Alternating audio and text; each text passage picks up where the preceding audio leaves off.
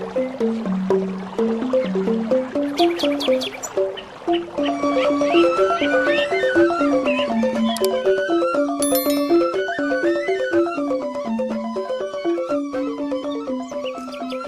Semeton Kenyem, yuk kita saksikan lanjutan wawancara eksklusif bersama Bupati Tabanan, yang mana kali ini membahas tentang UMKM yang ada di daerah Tabanan.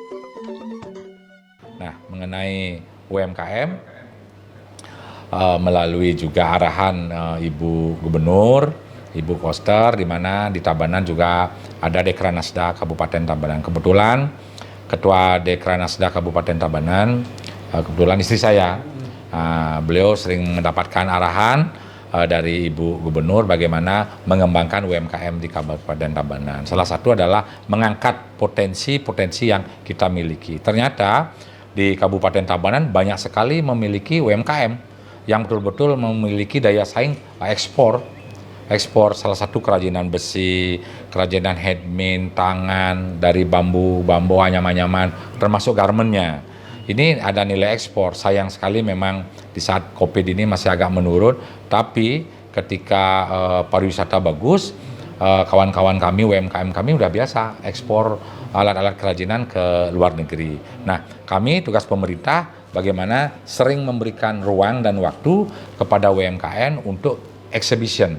Seperti ke Jakarta, mengikuti pameran, di provinsi kami ikuti pameran, ada beberapa kabupaten juga ada kita perkenalkan. Nah, termasuk terobosan Ketua Dekranasda Kabupaten Tabanan, Ibu Rai Wahyuni, beliau memberikan ruang kepada UMKM di Kabupaten Tabanan melalui Dekranasda di lobi kantor Bupati. Nah, ini terobosan bagus. Satu, ada pameran. Satu, estetika mempercantik ruang kantor Bupati. Jadi ada display pemajangan alat-alat. Kedua juga ada kartu-kartu nama di mana membeli UMKM. Bukan hanya produk kerajinan, termasuk kuliner. Di mana ada kuliner top yang di Tabanan, ada kartu namanya, contoh makanan bingo yang top, sate lilitnya atau segala macam. Ini ada di lobi kartu namanya dan lain-lain. Jadi ini yang membanggakan lah buat kita yang selalu bergerak walaupun pandemi, tapi kita selalu bergerak semangat untuk mengangkat perekonomian UMKM kita, khususnya desa. Kalau desa maju, kita pasti kabupaten akan maju.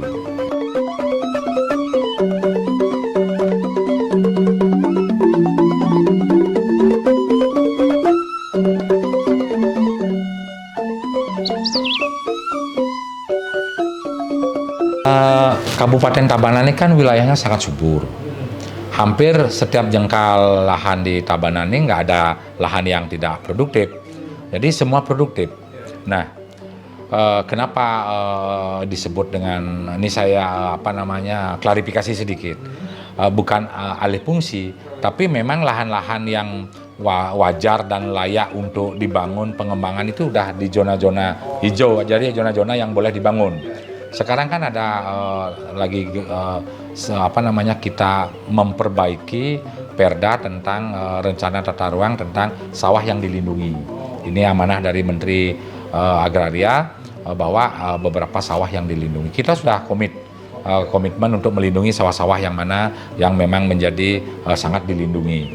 Dan ada beberapa yang memang tidak dalam kawasan kuning, kawasan yang hijau yang boleh dibangun, tidak kawasan merah, kami bangun. Jadi toleransi kami untuk properti pembangunan pengembangan ini kami tidak juga bisa elakkan. Kenapa? Karena kami sadari bahwa Tabanan ini adalah penyangganya ibu kota Denpasar dan Badung. Jadi Denpasar ini dekat sekali dengan dengan Tabanan. Jadi properti berkembang di Tabanan karena saudara-saudara kita dari luar Tabanan yang datang ke Tabanan.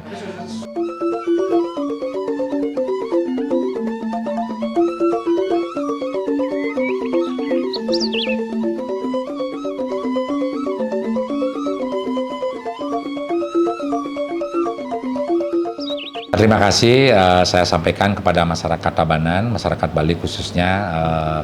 Kami punya komitmen kepada masyarakat Tabanan. Ketika kami dulu kampanye, salah satu hampir 90% keluhan masyarakat Tabanan adalah infrastruktur, jalan. saya sadari bahwa hampir 75% jalan di Kabupaten Tabanan rusak. Udah jadikan ikon. Nah, Stungkare ketika saya dilantik, saat itu saya rapat berminggu-minggu sampai terus kita melakukan rapat, akhirnya kami menemukan sebuah solusi. Satu, yang pertama, program unggulan kita adalah memperbaiki infrastruktur jalan. Stungkare sekarang hampir 90% jalan di Kabupaten Tabanan ini sudah baik sekali, dan saya dapat appreciate dari masyarakat Tabanan dan masyarakat Denpasar yang datang ke Pura ke Tabanan, yang datang melintasi Tabanan, kaget. Biasanya jalan rusak kok begini bagusnya Tabanan. Nah, Stungkare saya banyak dapat appreciate, pujian juga dari masyarakat. Tapi saya minta kami di pemerintah Tabanan akan terus giat memperbaiki infrastruktur. Tapi tolong Pak Perbekel, tokoh masyarakat, Pak Jero Beneswa Adat, bagaimana juga budayakan budaya gotong royong tedun minimal sebulan atau 2 kali atau seminggu sekali untuk gotong royong, memperbaiki gotnya, memperbaiki drainasenya dan lain-lain. Karena kelemahan jalan di Tabanan, ketika gotnya tidak baik, ketika musim hujan airnya naik ke permukaan aspalnya cepat rusak. Ini yang saya terus turun, kenapa saya berkantor di desa, saya keliling, ini yang saya sosialisasikan, berkantor di desa, sehingga masyarakat menjadi rasa sense of belonging-nya, rasa memiliki bahwa jalan ini adalah milik kita bersama, bukan milik pemerintah. Merawat pun masyarakat harus gotong royong dengan kita.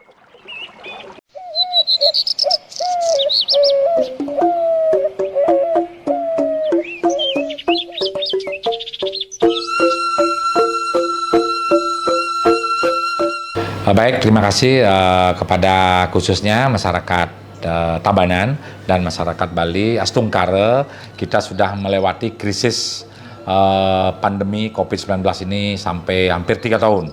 Jadi kita sudah, kalau saya rasakan ini sudah mulai masa endemi. Nah, semua kita patut bersyukur, dan ini semua pakai pengalaman. Pengalaman 2,5 tahun ini sebagai intisari bahwa masyarakat Bali yang selama ini hanya menggantungkan diri kepada sektor pariwisata, ternyata di Bali masih menjanjikan sektor-sektor yang lain, khususnya pertanian. Mari kita pulang kampung, bertani, bangun Tabanan ini, sehingga Bali ini bukan hanya sebagai sektor pariwisata, tapi bagaimana kita berdaulat di bidang pangan untuk kesejahteraan masyarakat Bali dan masyarakat Tabanan yang kita cintai, untuk menuju masyarakat Tabanan era baru yang aman, unggul, dan madani. Nah, itu dia tadi Semeton Kenyem, penjelasan dari Bapak Bupati Tabanan tentang potensi daerah di Tabanan. Semoga bermanfaat ya Semeton Kenyem. Sampai sini dulu video kali ini. Jangan lupa klik like, subscribe channel YouTube kita, dan share ke teman-teman kalian. Dan jangan lupa tetap makan nyem.